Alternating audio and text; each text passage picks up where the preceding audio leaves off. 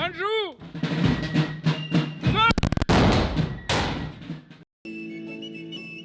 Des coups de tromblon qui résonnent, des costumes d'époque et une ambiance incroyable.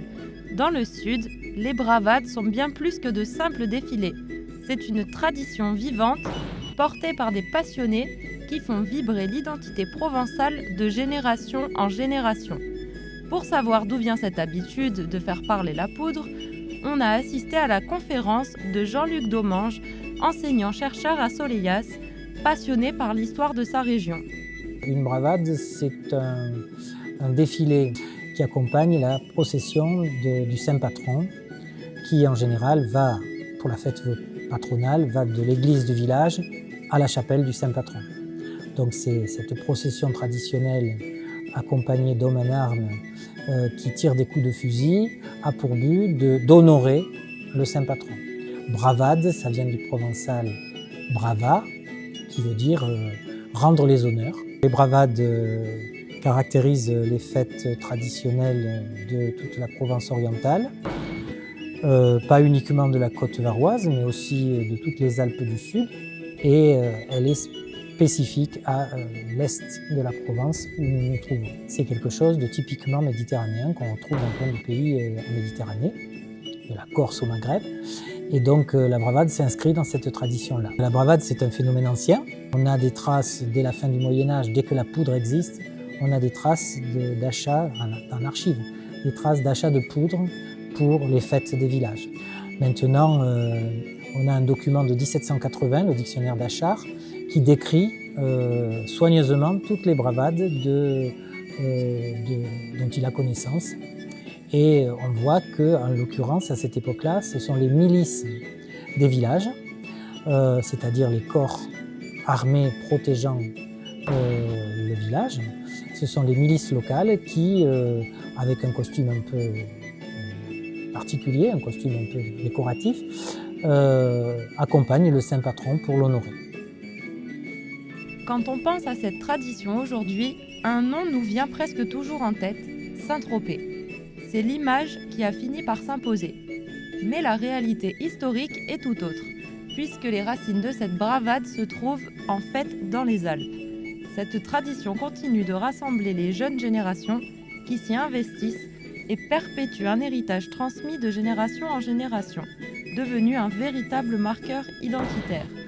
Retour sur les origines de cette fête avec notre enseignant. C'est la plus célèbre si l'on veut, mais parce qu'elle est institutionnalisée, décrite, elle est quasiment devenue emblématique de toutes les bravades, mais elle n'est pas l'unique.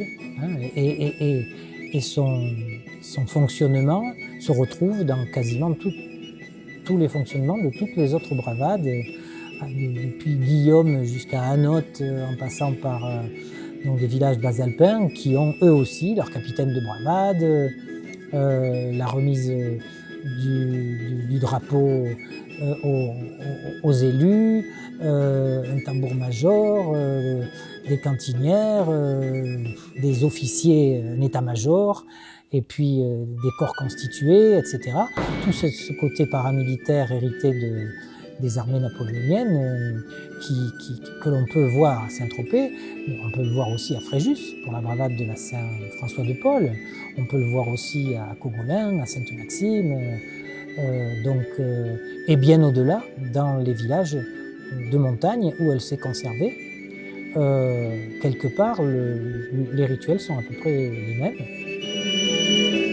Les jeunes générations s'intéressent dans la mesure où, comme je vous l'ai dit, la bravade étant devenue un phénomène identitaire, dans bien des endroits, faire partie de la bravade, c'est être accepté comme un membre de la communauté. Donc c'est même un moyen d'intégration pour les nouveaux arrivants, par exemple. C'est souvent un élément dans les petits villages comme à Soleias. L'année dernière, j'ai été enthousiasmé de voir des jeunes originaires du village, qui n'y habitent pas forcément toute l'année, mais originaires du village, qui sont à fond pour maintenir leur tradition et qui s'accrochent et qui la font vivre et qui ont fait faire des costumes tout neufs et qui ont eux-mêmes hérité cette tradition des anciens. Donc c'est vraiment dans plein de familles de bravadiers de la côte, du golfe de Grimaud, on est là-dedans et au fur et à mesure qu'on grandit, on change de costume jusqu'à changer de grade, etc. Donc c'est vraiment un côté intergénérationnel, de partage et de transmission de toutes les générations. Une fête traditionnelle qui se fait depuis plusieurs siècles de cette façon, le jour où ça disparaît, c'est une partie de l'âme et de l'histoire même d'une communauté qui disparaît avec. Derrière le vacarme, la poudre et les costumes, ces fêtes cachent donc une histoire bien plus surprenante que les images de cartes postales qu'on a l'habitude de voir. Qu'elles soient nées dans les sommets ou célébrées au bord de l'eau, elles restent le cœur battant de toute une région et grâce à la transmission, cette culture n'est pas prête de s'éteindre. Bonjour.